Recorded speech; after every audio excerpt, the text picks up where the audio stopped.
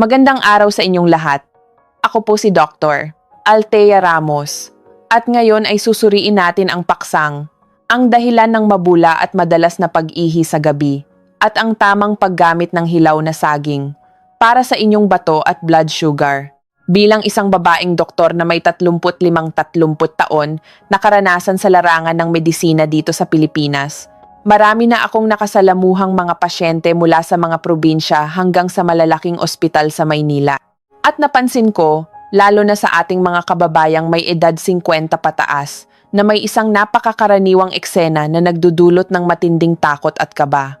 Mga nanay, tatay, mga tito at tita, naranasan nyo na ba yung pagkatapos ninyong umihi tapos pagtingin nyo sa inidoro, nakita nyo na ang ihi ninyo ay punong-puno ng puting bula? Yung bulang maliliit, parang sabon na ang tagal bago mawala o matunaw. Tapos, bigla na lang bibilis ang tibok ng puso ninyo, kikilabutan kayo, at papasok sa isip ninyo ang isang nakakatakot na tanong. Diyos ko, sira na ba ang mga kidney ko? Magpapadialysis na ba ako? Diretsuhin ko na po kayo ngayon para mabawasan ang inyong kaba at pag-aalala. Ang mabulang ihi ay minsan, resulta lang ng masyadong malakas na pagbagsak ng ihi, lalo na kung punong-puno na ang pantog ninyo. O kaya naman, baka kulang lang kayo sa pag-inom ng tubig kaya masyadong malapot o concentrated ang ihi ninyo, lalo na sa panahon ngayon na napakainit dito sa Pilipinas. Pero, makinig po kayong mabuti. Kung napapansin ninyo na ang sitwasyong ito ay madalas nang maulit araw-araw na lang, ay makapal ang bula at ang tagal matunaw, tapos sinasabayan pa ng pamamanas ng inyong mga paa o binti, pakiramdam na ang bigat-bigat ng katawan, at palaging pagod o nanghihina, kailangan na nating isipin ang isang napaka-importanteng posibilidad. Baka may tumatagas na protein sa inyong ihi. Para mas madaling maintindihan, isipin ninyo na ang inyong kidney o bato ay parang isang salaan ng niyog o water filter sa bahay. Kapag ang salaan ay nasira o nabutas, makakalusot ang mga bagay na dapat sana ay naiwan at napakinabangan ng katawan. Isa sa mga pinakamadalas makalusot kapag sira ang salaan ng ating kidney ay ang protina. At para sa inyo na may mga sakit na diabetes o may mataas na blood sugar dahil sa hilig natin sa matatamis gaya ng kakanin at puto, ang pangyayaring ito ay hindi na nakakagulat. Madalas itong mangyari. Dahil sa takot sa madalas na pag-ihi sa gabi na sumisira sa inyong tulog, marami sa ating mga Pilipino ang nagsisimulang maghanap ng mga magic na remedyo sa internet o Facebook. Kung ano ang uso, susubukan agad. May mga umiinom ng sari-saring pinakuluang dahon na hindi naman natin alam ang epekto. May mga nagbababad ng kung ano-ano sa tubig at iinumin pagkagising. Bilang doktor ninyo sa loob ng 30 taon, ang pinakaikinababahala ko ay ang pag-inom ninyo ng mga bagay-bagay ng padalos-dalos, lalo na't baka mahina na pala ang inyong mga kidney o bato. Ngayon, hindi ko po kayo tinatakot. Nandito ako para turuan kayo ng isang paraan kung paano kumain ng hilaw na saging partikular, ang paborito nating saging na saba, kapag hilaw pa sa paraang hindi makakasama sa inyong bato. Hindi natin ito ituturing na milagro o kapalit ng gamot. Hindi po ito magic pill. Sa halip, susundin natin ang 3 napaka-praktikal na panuntunan. Tamang dami, tamang oras, at tamang grupo ng tao. Kaya nakikiusap ako, tapusin ninyo ang video at audio na ito dahil mahalaga ang bawat detalye. Sa kalagitnaan ng usapang ito, lilinawin ko kung sino ang mga taong kailanman ay hindi dapat gumamit ng hilaw na saging at ang 2 senyales na dapat ninyong bantayan para itigil ito agad upang maiwasan na sa halip na ginhawa ay perwisyo pa ang makuha ninyo. Kung kayo ngayon ay nasa sitwasyon na nagigising ng 2 hanggang 4 na beses tuwing madaling araw dahil naiihi, kung kayo ay may putol-putol na tulog, paggising sa umaga ay bagsak ang katawan, at kahit anong kainin nyo ay takot kayong tumaas ang sugar o bumagsak ang inyong kidney, ang programang ito ay para sa inyo. Para mabawasan ang inyong pagkalito at magkaroon kayo ng isang gawi sa pagkain na madaling gawin sa araw-araw at hindi para mas lalo kayong ma-stress. Kung sa tingin nyo ay makakatulong ito, paki-like po ang video na ito at mag-subscribe sa ating channel para mas ganahan pa akong gumawa ng mga totoong buhay na payong medikal para sa ating mga kababayang edad 50 pataas. Sa episode na ito, may 4 na bagay akong ipapangako sa inyo. Una, ipaliliwanag ko kung bakit ang pag-ihi ng mabula sa gabi ay madalas nakasabay ng diabetes at paghina ng bato, kidney failure. Pangalawa, ipaliliwanag ko ng malinaw kung bakit ang hilaw na saging tulad ng saba ay may magandang epekto, ngunit mayroon ding nakatagong patibong. Pangatlo, Ituturo ko ang 3 tamang paraan. Tamang porma o luto, tamang dami, at tamang oras ng pagkain. At ika-4, ang mapa ng mga exception. Ang trong grupo ng tao na dapat umiwas dito, 2 senyales na dapat itigil agad ang pagkain nito, at 1 sitwasyon kung saan kailangan nyo nang magpakonsulta agad sa ospital. Pero, ang pagkain ng tama ay hindi pa sapat. Mamaya, ituturo ko rin sa inyo ang tamang pagpares ng mga pagkain, food pairing, para mas humimbing ang inyong tulog. Ngayon, hayaan ninyong ikwento ko sa inyo ang isang totoong pangyayari sa aking klinika dito sa Maynila. Noong nakaraang linggo, may dumating na pasyente sa akin, tawagin na lang natin siyang Aling Nena, 62 taong gulang mula sa Quezon City.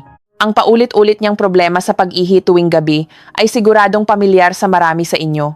Baka pagkarinig ninyo ay masabi ninyong, "Aba, parang ako yan ah."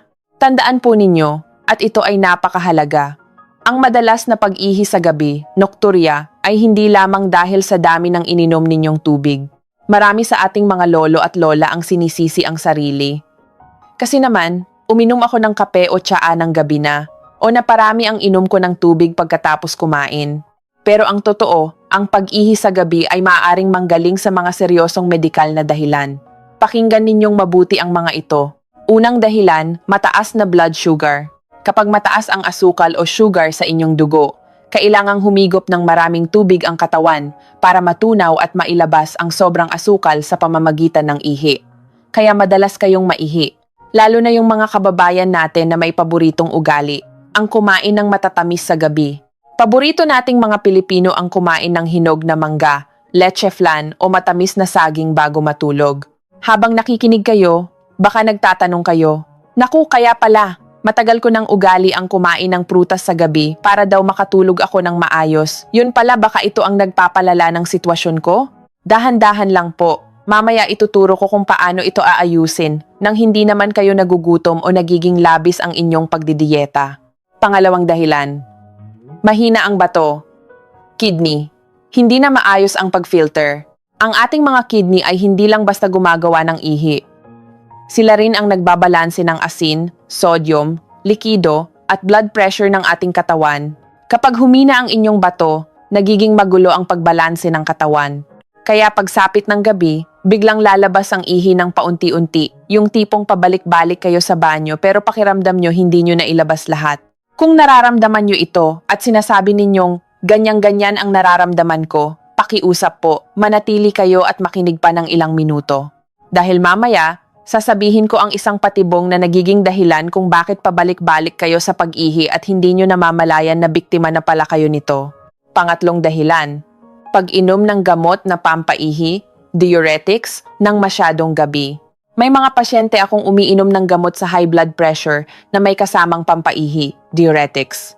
Ang problema, ininom nila ito pagkatapos ng hapunan. E di syempre buong gabi silang gising para umihi.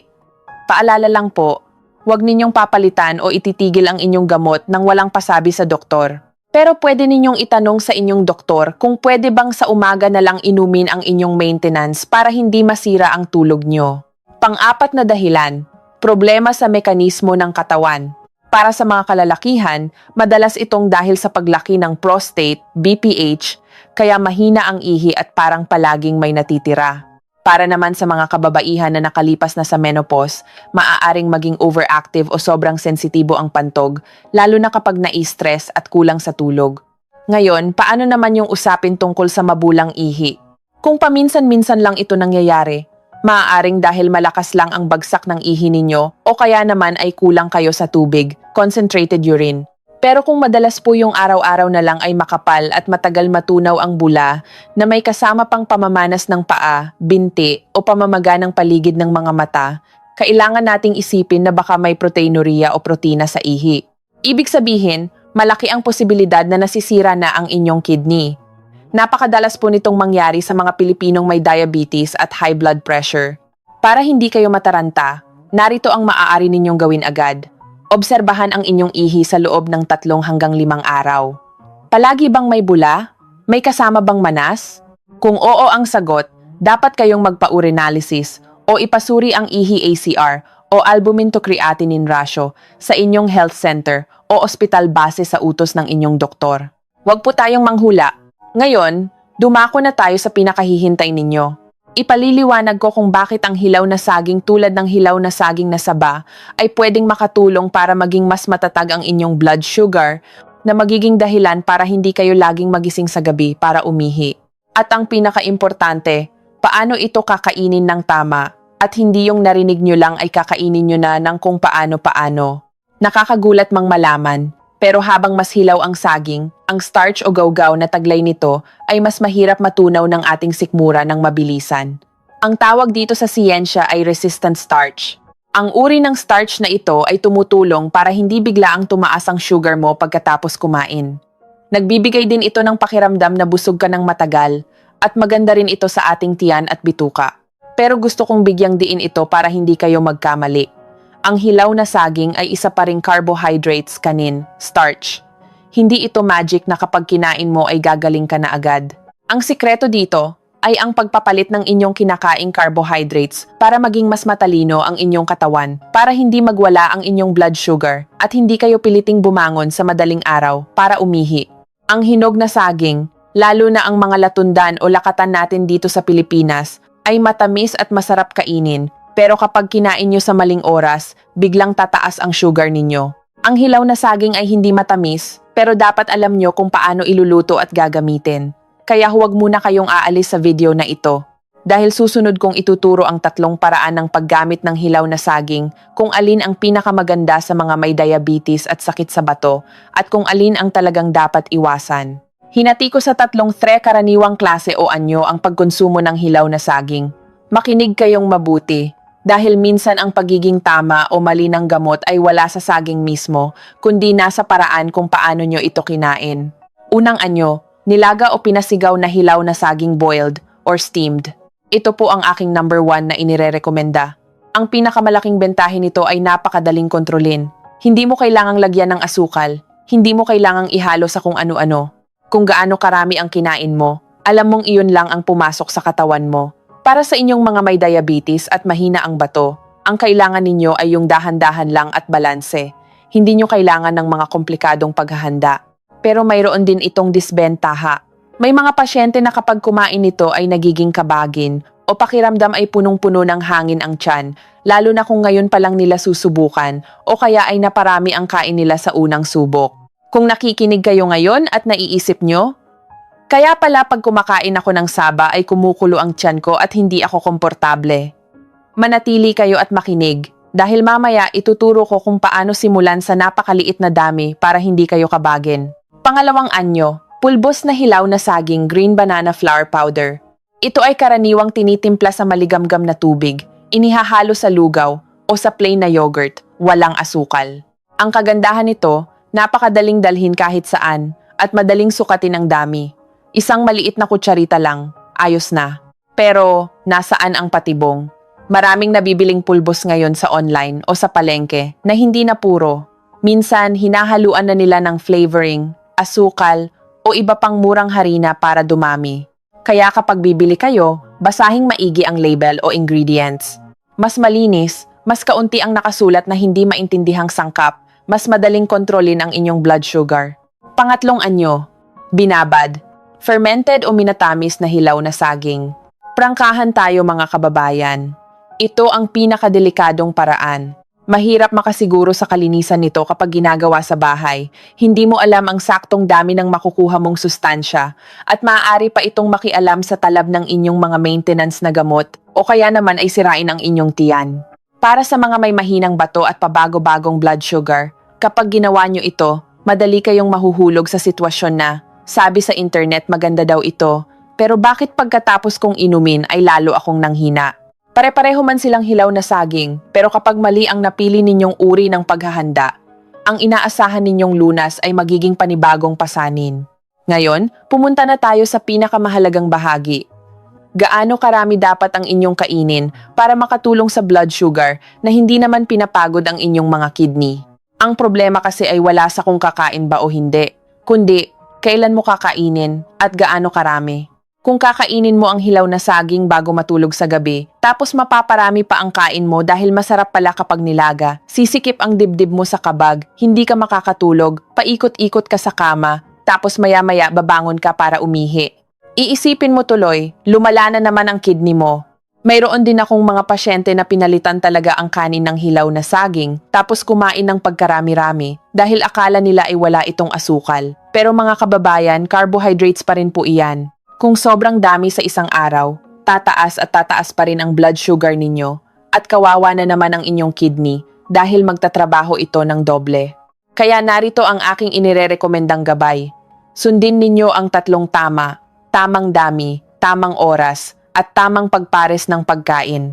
Pakinggan ninyo itong mabuti dahil kapag inayos ninyo lang ang isa o dalawang bahagi nito, mararamdaman nyo agad ang magandang pagbabago. Kung gagamit kayo ng nilaga o pinasingaw na hilaw na saging, ang panimulang dami dapat ay nasa isang katlo, 1,003, hanggang kalahati, 1,002 lamang ng isang maliit na saging, mga nasa 50 hanggang 80 gramo lang ng mismong laman. Huwag po kayong magsisimula na uubusin agad ang isang buong saging. Kapag hindi pa sanay ang inyong tiyan sa mataas na fiber at resistant starch, kakabagin talaga kayo. Kailan ang pinakamagandang oras? Sa tanghalian o kaya naman ay merienda sa hapon maalas 3 o alas 4 ng hapon. Ang pagkain kasama nito, samahan ninyo ng kaunting protina at maraming gulay. Halimbawa, may kalahating hilaw na saging na nilaga, tapos may isang pirasong isda tulad ng bangus o tilapia o nilagang itlog at isang malaking mangkok ng gulay tulad ng kangkong o malunggay. Huwag ninyong kainin ang saging nang nag-iisa lang. Pagkatapos kumain, maglakad-lakad kayo ng dahan-dahan sa loob ng 10 minuto, kahit magpaikot-ikot lang kayo sa sala o sa bakuran nyo. Ang 10 minutong paglalakad na ito ay binabaliwala ng marami. Pero napakalaki ng naitutulong nito para bumaba ng dahan-dahan at hindi bumulwak ang blood sugar ninyo pagkatapos kumain. Kung mayroon sa inyo dyan na nagpaplanong kainin ang hilaw na saging sa gabi, para daw makatulog ng mahimbing sandali lang po. Makinig pa kayo, dahil mamaya tuturuan ko kayo kung paano ilipat ang oras ng pagkain nito na makukuha nyo pa rin ang inyong layunin na matulog ng mahimbing. Kung gagamit naman kayo ng pulbos na hilaw na saging banana powder, magsimula lang sa isang maliit na kutsarita, mga 3 hanggang 5 gramo. Itimpla sa maligamgam na tubig o ihalo sa plain yogurt yung walang asukal. Gamitin lang ito sa umaga o tanghali, kailanman ay huwag gagamitin kapag malapit ng matulog. Dahil kapag ginamit ninyo ito ng gabi na, magpi-ferment o buburo ito sa inyong tiyan, magkakaroon ng gas, at lalo lang kayong hindi makakatulog sa dami ng hangin sa tiyan. Mga tip para mas masarap ang tulog ninyo na napaka-praktikal sa ating mga Pilipino. Kung madalas kayong umihi sa gabi, iwasan ninyong kumain ng mga pagkaing maraming sabaw pagkatapos ng alas 7 ng gabi. Walang sinigang, walang tinola sa hapunan. Hindi ko sinasabing bawal uminom ng tubig, pero huwag ninyong ibuhos lahat ng iinumin ninyo pagdating ng gabi.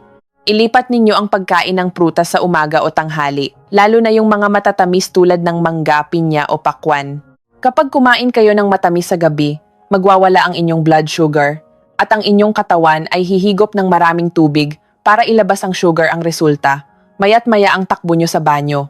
Ngayon, kung kayo po ay may matinding sakit sa bato, advanced kidney disease, at pinagbawalan na kayo ng inyong doktor na kumain ng maraming potassium, kailangan po ninyong pag-isipang mabuti ang pagkain ng saging, maging hilaw man ito o hinog.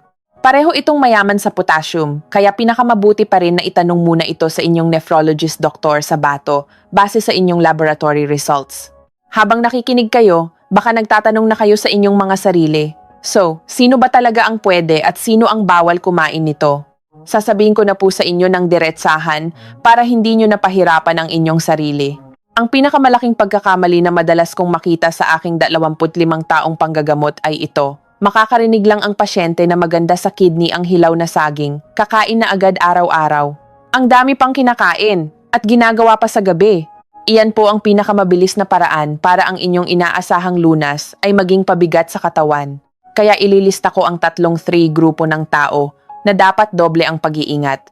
Unang grupo, ang mga lolo, lola, tito at tita na nasa malalang yugto na ng chronic kidney disease, CKD, o yung mga nakaranas na ng mataas na potassium sa dugo, hyperkalemia. Ang saging po ay mayaman sa potassium. Kung mataas na ang potassium ninyo at kinain nyo pa ito ng marami, maaari kayong makaranas ng matinding panghihina ng kalamnan at ang pinakadelikado ang biglaang pagbilis o hindi normal na pagtibok ng inyong puso. Hindi po ito biro. nakamamatay po ito. Pangalawang grupo, ang mga umiinom ng partikular na gamot na nagpapataas din ng potassium. Madalas ito sa mga gamot para sa puso at kidney, lalo na yung tinatawag na RAS inhibitors, tulad ng mga gamot sa high blood na nagtatapos sa sartan, tulad ng losartan, o pril tulad ng captopril. Hindi naman lahat ay naaapektuhan, pero kung mahina na ang inyong kidney, kailangan niyong tanungin ang inyong doktor kung kabilang ba kayo sa mga pasyenteng kailangang limitahan ang potassium. Pangatlong grupo, ang mga madalas kabagin, matindi kung magka-constipation o titibi hirap dumumi, at mga may sensitibong bituka, irritable bowel syndrome. Ang resistant starch at fiber mula sa hilaw na saging, kapag biglaang pumasok sa katawan ng marami, ay magdudulot ng matinding kalbaryo sa tiyan ninyo.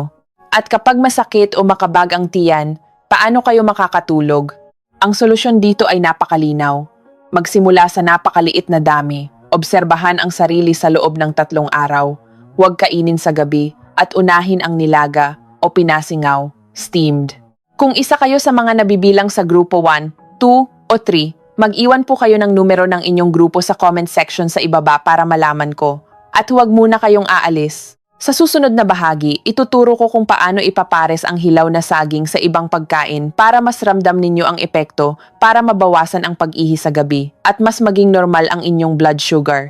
Mga nanay at tatay, tandaan niyo po ang kasabihang ito para madali niyong maisip. Ang mahinang bato ay pinakatakot sa asin, sa asukal, at sa paglamon ng marami bago matulog. Kaya kahit gaano pa kaganda ang hilaw na saging, kung mali ang kasama nito sa plato, makakasama pa rin ito sa inyo. Ituturo ko po sa inyo ang tamang pagpares ng pagkain. Simple lang ito pakinggan, pero nandito ang sikreto. Narito ang mga dapat isama sa inyong plato para hindi kayo mabigla. Una, kaunting protina, halimbawa, isda, itlog, tokwa. Pero tandaan ninyo, kung gaano karaming protina ang pwede ninyong kainin ay depende sa kung gaano nakahina ang inyong kidney at kung ano ang ipinayo ng inyong doktor. Ang layunin natin dito ay makaramdam lang kayo ng sapat na pagkabusog para hindi na kayo maghanap ng chichirya o matatamis bago matulog. Pangalawa, dahong gulay. Ang gulay ay nakakatulong para bumagal ang pagkatunaw ng pagkain, kaya mas matatag ang inyong blood sugar. Kung bawal kayo sa maraming potassium, pumili po ng mga gulay na ligtas para sa inyo tulad ng upo, sayote o pechay baguyo at huwag yung basta-basta na lang kumain ng marami dahil lang healthy ito. Pangatlo, kaunting magandang taba, healthy fats. Halimbawa, patakan ninyo ng kaunting olive oil ang pagkain ninyo o lagyan ng ilang butil ng mani kung hindi naman bawal sa inyo. Kaunti lang po, pero nakakatulong ito para mas tumagal ang inyong pagiging busog hanggang gabi. Ngayon, heto naman ang tatlong 3. Sikat na pagpares ng pagkain ng mga Pilipino na isa palang patibong. Iwasan niyo po ito. Una, hilaw na saging na sinasawsaw sa bagoong o patis. Mahilig tayo diyan, di ba? Nilagang saba tapos may bagoong isda. Ang problema, ang alat sodium ay magpapataas ng inyong blood pressure para mag-ipon ng tubig ang inyong katawan. Ang mangyayari? Sa gabi kayo pabalik-balik sa banyo para ilabas iyon. Pagod na pagod ang katawan nyo kinabukasan. Pangalawa, hilaw na saging na hinaluan ng kondensada, condensed milk o asukal. Marami akong nakikitang gumagawa nito para raw masarap kainin. Mga kababayan, may diabetes na nga kayo tapos lalagyan nyo pa ng kondensada? Parang nilagyan nyo ng gasolina ang apoy. Lalo lang tataas ang sugar ninyo. Pangatlo, pagkain nito bago matulog. Uulitin ko po, kapag kinain nyo ito ng malapit na ang oras ng tulog, kakabagin kayo at hindi kayo matutunawan. Paghiga nyo, hindi kayo mapakali. Pagbangon nyo sa gabi, iisipin nyo lumala na ang sakit ninyo sa bato, kaya kayo nagkakaganyan. Dagdag stress lang po yan. Balikan natin ang kwento ni Aling Nena. Alam nyo ba kung ano ang ginawa ko sa kanya? Isang napakaliit na pagbabago lang. Pinakiusapan ko siyang itigil ang pagkain niya ng matamis na hinog na mangga o latundan tuwing gabi. At pinalitan namin ito ng kaunting nilagang hilaw na saging tuwing tanghalian. Ginawa niya ito ng 1 hanggang 2 linggo. Nag-text siya sa akin, "Doktora, naiihi pa rin po ako sa gabi pero hindi na po ako mayat-maya nagigising. Mas dire-diretso na ang tulog ko." At ipinaalala ko agad sa kanya. Ito ay dahil inayos natin ang kabuuan ng kanyang nakasanayang gawi sa pagkain at hindi dahil himala ang saging. Siguro ngayon ay may nagtatanong sa inyo, "Doktora, paano naman yung mabulang ihi? Kailan ako dapat kabahan?" Huwag po kayong umalis. Mamaya sasabihin ko ang 2 senyales na kailangan nyo ng tumakbo sa ospital para hindi na kayo nanghuhula. Pero ngayon, sasabihin ko sa inyo ng diretsahan, ang pagbawas sa madalas na pag-ihi sa gabi ay hindi lang nadadaan sa pagkain, kundi sa pagtutuwid ng 4 na maling nakasanayan na sumisira sa inyong tulog. Maling nakasanayan. Number 1. Pag-inom ng maraming tubig pagkagat ng dilim pagkatapos ng alas 7 ng gabi. Resulta? Gising ka ng gising. Ang tamang paraan, i-distribute o hatiin ninyo ang pag-inom ng tubig sa umaga at hapon. Pagsapit ng gabi, basain na lang ang labi o humigop na lang ng kaunti para hindi matuyo ang lalamunan. Maling nakasanayan. Number 2, kumain ng prutas, kakanin o matatamis na kanin bago matulog. Resulta, magulo ang blood sugar, mainit ang tiyan at ihi ng ihi. Ang tamang paraan, ilipat ang pagkain ng prutas at merienda sa tanghali o hapon. Maling nakasanayan. Number 3, paghiga agad pagkatapos kumain ng hapunan. Resulta, aasim ang sikmura. Acid reflux, GERD, masikip ang dibdib, hindi makatulog. Ang tamang paraan, maglakad-lakad ng 10 minuto pagkatapos kumain bago manood ng TV o humiga. Maling nakasanayan. Number 4, pag-inom ng gamot na pampaihi ng gabi na. Resulta, walang katapusang pag-ihi sa madaling araw. Ang tamang paraan, tanungin ang inyong doktor kung pwede itong inumin sa umaga. Huwag itong palitan o itigil ng kayo-kayo lang. Huwag po kayong mag-alala, malapit ko nang sabihin ang mga senyales na dapat nyo nang ipasuri sa ospital para mabawasan ang inyong takot. Pero bago iyon, kailangan muna nating linawin ang mga matitinding maling akala, misconceptions tungkol sa hilaw na saging, para hindi kayo maligaw ng landas. Gusto kong magpakatotoo sa inyo. Sa usaping pangkalusugan dito sa ating bansa, lalo na kapag diabetes at kidney na ang pinag-uusapan, ang pinaka nakakatakot ay hindi yung mismong sakit. Ang nakakatakot ay yung mali ang pagkakaintindi ninyo, kaya mali rin ang gagawin ninyo. At kayo na rin ang nagbibigay ng perwisyo sa sarili ninyo dahil sa padalos-dalos na desisyon. Maling akala. Number 1, kung hilaw, mas maganda. Kung marami akong kakainin, mas mabilis akong gagaling. Maling-mali po ito mga tito at tita. Totoong may magandang naibibigay ang resistant starch sa inyong tiyan at blood sugar. Pero kung sosobrahan ninyo ang kain, bukod sa hindi kayo makakatulog dahil sa sobrang kabag, tataas pa rin ang kabuuang carbohydrates ninyo sa isang araw. At ang ending, magiging overworked o pagod na pagod pa rin ang inyong kidney.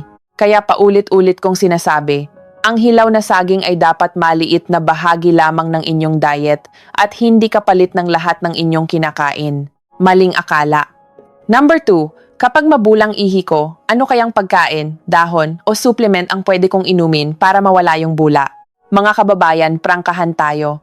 Kung ang bula sa ihi ay dahil sa protina, proteinuria, ang kailangan nating hanapin at gamutin ay ang pinagmulan o ang sakit mismo, hindi yung pilit nating pinapawala ang bula. Ang dapat ninyong gawin ay kontrolin ang inyong blood sugar, kontrolin ang inyong blood pressure, at regular na magpa-check ng ihi at dugo sa inyong doktor. Ang bula ay isa lamang alarm signal ng inyong katawan. Ang kailangan nating patayin ay ang sunog, ang mismong sakit, hindi ang alarm. Gusto kong maging panatag kayo, pero kailangan ninyong mag-ingat sa mga nakikita ninyong patalastas sa social media na nagsasabing, inumin ito, tanggal ang bula sa ihi. Walang magic na ganyan. Ngayon, narito na tayo sa pinaka-importanting bahagi. Ginawa ko itong checklist para madali ninyong matandaan, isulat o screenshot. Kung gusto ninyong subukan ang paggamit ng hilaw na saging, tandaan lamang ang 5 utos na ito. 1. Huwag kainin ng walang laman ang tiyan. Huwag kapag gutom na gutom. Solusyon. Kainin ito pagkatapos ng inyong pangunahing pagkain o isabay sa ulam na may protina at gulay. Kung hindi susundin, mangangasim ang sikmura nyo, mas lalo kayong gugutumin mamaya at magiging pabago-bago ang blood sugar nyo. 2. Huwag papapak-papakin sa buong maghapon. Solusyon. Kainin ito ng isahan lamang sa isang takdang oras, isang upuan lang. Kung hindi susundin, hindi ninyo mamamalayan, sobrang dami na pala ng nakain ninyong carbohydrates buong araw. 3. Huwag na huwag kakainin kapag gabi na, late night. Solusyon. Unahin ang pagkain nito sa tanghalian o merienda sa hapon. Kung hindi susundin, kabag, hindi makatulog, at mas lalong mapapaihi sa gabi. 4. Tamang dami, magsimula sa maliit na sukat. Solusyon. Nasa 50,080 gramo lang ng nilagang hilaw na saging nga kalahating piraso ng saba o 3,005 gramo kung pulbos. Kung hindi susundin, pakiramdam na laging busog na may kasamang hangin sa tiyan, aakalain yung nakabubuti pero lalo lang kayong nahihirapan. Number 5. Gumalaw-galaw o maglakad ng 10 minuto pagkatapos kumain. Solusyon, maglakad sa loob o labas ng bahay o gumawa ng magaang gawaing bahay. Kung hindi susundin, mabilis na tataas ang inyong blood sugar pagkatapos kumain. Siguro naman po ay nakikita ninyo na hindi natin kailangan ng magic. Ang kailangan lang natin ay ang tamang impormasyon at ligtas na pamamaraan. Iyon pa lang ay napakalaki na ng magiging pagbabago sa buhay ninyo. At para sa pagtatapos ng programang ito ang mga huling paalala ko upang maprotektahan ninyo ang inyong sarili. Ang pananaw ko bilang doktor ay, ang hilaw na saging ay pwedeng maging isang piraso ng puzzle na makakatulong para mas umayos ang inyong sikmura at tulog. Pero kailanman, ang kalusugan ng ating kidney ay hindi natin dapat isugal sa mga haka-haka o mga naririnig lang. Narito ang 2 senyales na dapat niyong itigil ang pagkain nito at pumunta agad sa ospital. Senyales number 1. Kung matapos ang ilang araw ng pagkain ng hilaw na saging ay nakaramdam kayo ng matinding panghihina, pananakit ng kalamnan, at hindi normal na pagtibok ng puso, lalo na kung alam ninyong mahina na ang inyong kidney. Dapat ninyong isipin na baka tumaas ang potassium ninyo. Itigil ito agad at pumunta sa ER. Senyales number 2. Kung ang makapal na bula sa inyong ihi ay nagtuloy-tuloy sa maraming araw, at nakita ninyong namamaga, mamanas ang inyong mga paa, binti, o sa paligid ng mga mata, o kaya naman ay biglang tumaas ang inyong blood pressure at napansin ninyong NaOU o kumakaunti ang dami ng inyong iniihi kahit umiinom naman kayo ng tubig. Ito ay senyales ng paglala ng sira ng bato. At narito naman ang sitwasyon na kailangan nyo nang magpa-check up para malaman ang tamang direksyon ng inyong paggagamot. Kung kayo ay may diabetes at naghihinala kayo na humihina ang inyong kidney dahil madalas kayong umihi sa gabi o mabulang ihi, mag-schedule po kayo agad ng appointment sa inyong doktor. Hilingin ninyo, nagawan kayo ng minimal laboratory tests, urinalysis para makita ang albumin, protein sa ihi, at blood test para sa kidney function, creatinine, at electrolytes, lalo na ang potassium. Sundin ang schedule ng pagpapatingin. Para sa mga nakikinig ngayon na dumaranas ng pag-ihi sa gabi ng 2 beses o higit pa, mag-comment po kayo ng salitang PAGI-HI sa gabi sa ibaba para gumawa pa ako ng panibagong detalyadong video tungkol sa 3 pinakamadalas na dahilan nito depende sa inyong edad.